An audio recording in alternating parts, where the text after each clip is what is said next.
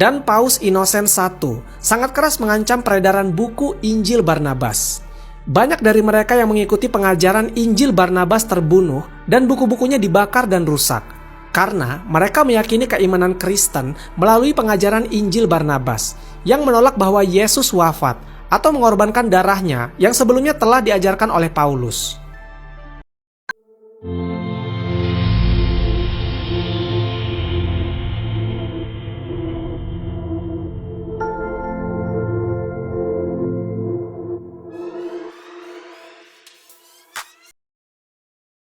Assalamualaikum warahmatullahi wabarakatuh. Kembali lagi bersama saya dengan Andre di sini. Kiranya video-video saya menjadi bahan inspirasi juga bahan renungan buat teman-teman muslim semua. Video kali ini saya hanya ingin memberikan informasi mengenai Injil Barnabas, yang dimana mereka mengatakan bahwa Injil Barnabas itu adalah Injil palsu yang membuat orang Islam. Tapi kita lihat keberadaannya, kita lihat berapa lamanya ya, dan sekarang mulai disebar Injil Barnabas. Kira-kira hal ini akan terjadi nggak ya? Jadi silakan disimak. Ini hanya sebatas informasi. Kalau memang tidak setuju bagi sebelah, jangan ditonton, bahaya. Oke? Assalamualaikum. Tahan napas kalian dan buka telinga kalian lebar-lebar. Apa yang akan saya katakan hari ini adalah mimpi buruk terbesar bagi para pemimpin gereja di seluruh dunia. Bayangkan ada sebuah buku, sebuah kitab kuno yang tersembunyi di balik dinding tebal perpustakaan rahasia, dijaga ketat oleh pasukan khusus dan dilarang keras untuk dibaca oleh jemaat biasa. Kenapa? Karena jika isi buku ini bocor, jika isi buku ini dibaca oleh miliaran umat Kristen di seluruh dunia, maka dalam hitungan detik, iman mereka akan runtuh berkeping-keping. Salib-salib akan diturunkan, patung-patung akan dihancurkan, dan doktrin Trinitas yang mereka agung-agungkan selama 2000 tahun akan terbukti sebagai kebohongan terbesar sepanjang sejarah manusia. Kitab itu bukan fiksi, kitab itu nyata. Kitab itu bernama Injil Barnabas. Selama berabad-abad, gereja Katolik dan Protestan berusaha mati-matian untuk membakar, menyembunyikan, dan memfitnah kitab ini sebagai palsu. Mereka ketakutan, mereka gemetar, karena di dalam lembaran-lembaran kulit hewan kuno itu, tertulis sebuah kesaksian mata yang mengerikan bagi mereka, bahwa Yesus tidak pernah mengaku Tuhan, bahwa Yesus tidak mati di salib, dan yang paling menggegerkan, Yesus menyebut nama nabi penerusnya secara jelas, huruf demi huruf, Muhammad. Kita tidak akan menggunakan bahasa yang halus.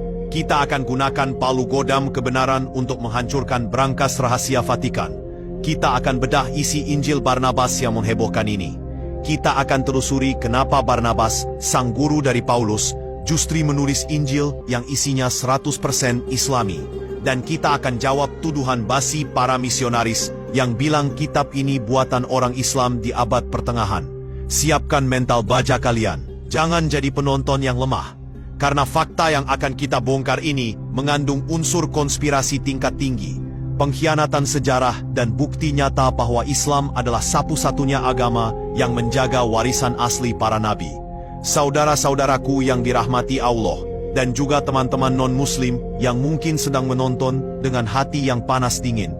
Jangan lari, hadapi fakta ini.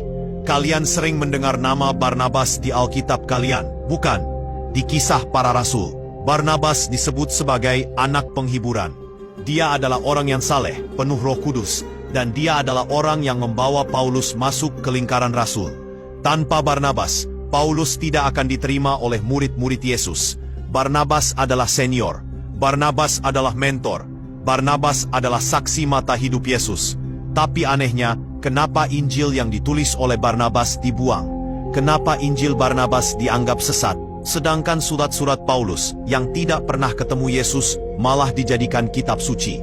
Jawabannya sederhana dan menyakitkan, karena Injil Barnabas jujur, karena Injil Barnabas tidak sesuai dengan agenda politik Romawi yang ingin menjadikan manusia sebagai Tuhan, Gereja memilih Paulus, si pengkhianat, dan membuang Barnabas, si saksi jujur. Ini adalah kudeta rohani. Ini adalah perampokan agama yang dilakukan di siang bolong. Mari kita masuk ke dalam isi kitab yang membuat Paus susah tidur ini. Apa yang tertulis di sana? Pertama, dan yang paling fundamental, penolakan total terhadap ketuhanan Yesus. Dalam Injil resmi Matius, Markus, Lukas, Yohanes, ayat-ayatnya sudah diedit sedemikian rupa sehingga samar-samar. Tapi di Injil Barnabas tidak ada basa-basi. Diceritakan dalam Injil Barnabas ketika Yesus mendengar orang-orang mulai menyebutnya sebagai Tuhan atau anak Allah. Apa reaksi Yesus? Apakah dia senang? Apakah dia bilang, "Ya, sembahlah aku"? Tidak. Yesus marah besar. Yesus merobek jubahnya. Yesus bersujud mencium tanah dan menangis. Dengarkan kutipan dari Injil Barnabas ini. "Terkutuklah orang yang menyembah aku. Aku ini hanyalah seorang manusia biasa, lahir dari seorang wanita, tunduk pada hukum Allah, dan akan mati seperti manusia lainnya." Allahu Akbar. Lihatlah betapa tegasnya Yesus dalam kitab ini. Ini adalah suara Nabi sejati. Nabi tidak mungkin minta disembah. Nabi pasti mengajarkan tauhid. Yesus di Injil Barnabas memperingatkan bahwa akan ada orang-orang sesat yang menjadikan dia Tuhan, dan orang-orang itu akan masuk neraka. Siapa yang dimaksud Yesus? Siapa lagi kalau bukan mereka yang hari ini berlutut di depan patung kayu dan memanggil Nabi sebagai Tuhan? Injil Barnabas menghancurkan pondasi Trinitas sampai ke akar-akarnya. Tidak ada 3 dalam 1. Tidak ada oknum. Yang ada hanyalah Allah yang Esa. Dan Yesus adalah utusannya. Persis seperti syahadat kita. Persis seperti ajaran Islam. Apakah mungkin seorang pemalsu di abad pertengahan bisa menulis emosi Yesus yang begitu mendalam, begitu menyentuh, dan begitu logis? Tidak. Ini adalah jejak rekam sejarah yang asli yang coba dihapus oleh tangan-tangan jahil konsil. Pihak peneliti telah menghitung dengan karbon dan ditemukan Injil Barnabas ini telah berusia 1500 tahun dan isinya mengajarkan tentang doktrin kekristenan yang berbeda dengan doktrin kekristenan karya keselamatan dan putra Allah yang diajarkan oleh Bible kanonik.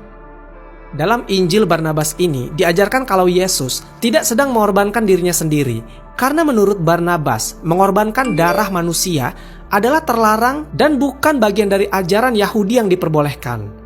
Ajaran Yahudi hanya boleh mengorbankan hewan ternak yang kosher dan bukan darah manusia. Injil Barnabas di era awal kekristenan adalah ancaman bagi paham kekristenan yang mengakui karya keselamatan dan putra Allah, sehingga Paus terdahulu telah melarang beredarnya kitab ini. Dan Paus Innocent I sangat keras mengancam peredaran buku Injil Barnabas. Banyak dari mereka yang mengikuti pengajaran Injil Barnabas terbunuh dan buku-bukunya dibakar dan rusak. Karena mereka meyakini keimanan Kristen melalui pengajaran Injil Barnabas yang menolak bahwa Yesus wafat atau mengorbankan darahnya yang sebelumnya telah diajarkan oleh Paulus. Beberapa pihak yang telah meneliti manuskrip Injil Barnabas ini menganggap bahwa kitab itu memang memiliki pandangan dari sisi lain terhadap sosok Yesus. Barnabas menulis Injil ini setelah disuruh oleh Yesus dan supaya murid-murid Yesus yang lainnya bisa berpatokan dengan Injil tulisan Barnabas. Karena Barnabas adalah salah satu murid Yesus yang paling cerdas dan sangat dekat dengan Yesus.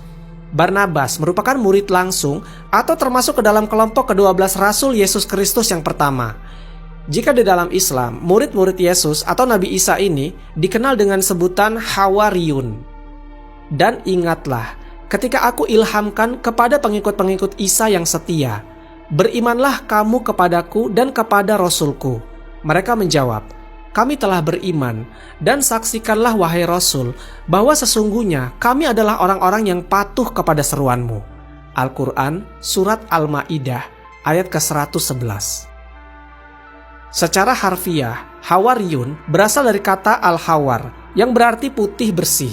Mereka dinamai demikian karena putih dan sucinya hati mereka dari berbagai noda, serta tulusnya persahabatan mereka dengan Nabi Isa alaihissalam. Beberapa ulama lain berpendapat bahwa Al-Hawariyun berasal dari bahasa Habasyah atau Ethiopia, yaitu Hawaria, yang berarti sahabat yang tulus. Injil Barnabas telah terbukti oleh para akademisi pada umumnya, yaitu para sarjana Kristen, sebagai sebuah tulisan yang belakangan dianggap mereka sebagai tulisan palsu. Misalnya, pendapat dari Dr. Abbas Mahmud Al-Aqad, seorang orientalis dari Mesir, yang merasa sentimen terhadap Injil Barnabas, kemudian mengajak umat muslim sedunia untuk menjauhkan diri dari Injil Barnabas. Dia memiliki pandangan yang subjektif tentang kitab ini. Menurutnya, pada buku ini memiliki bagian yang agak berbeda dengan doktrin agama Kristen yang ada sekarang. Karena di dalam buku ini, Barnabas mengajarkan kepada umat Kristen awal abad 1 Masehi untuk tidak mempercayai doktrin karya keselamatan. Tentu, doktrin ini bertentangan dengan Bible kanonik. Namun beberapa kalangan akademisi lain mengatakan bahwa Injil ini mengandung tulisan apokrif yang lebih awal, yaitu sekitar abad ke-1 Masehi. Barangkali Gnostik atau Ebionit atau Diatessaron dalam Injil tersebut dijelaskan bahwa Barnabas sendiri yang telah diperintahkan Yesus untuk menuliskan Injilnya. Isi dari Injil tulisan Barnabas memiliki alur cerita yang lebih lengkap daripada Injil 4 kanonik yang ada sekarang.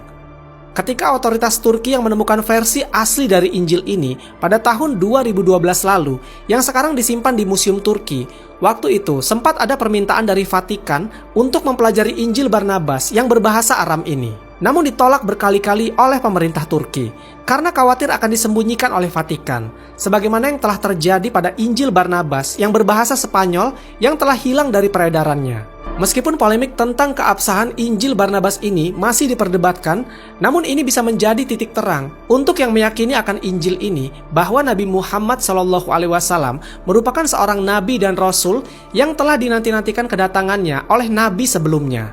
Adapun tentang ketentuan tugasku, sesungguhnya aku datang untuk menyediakan jalan bagi Rasulullah yang akan datang dengan membawa tugas kelepasan alam ini.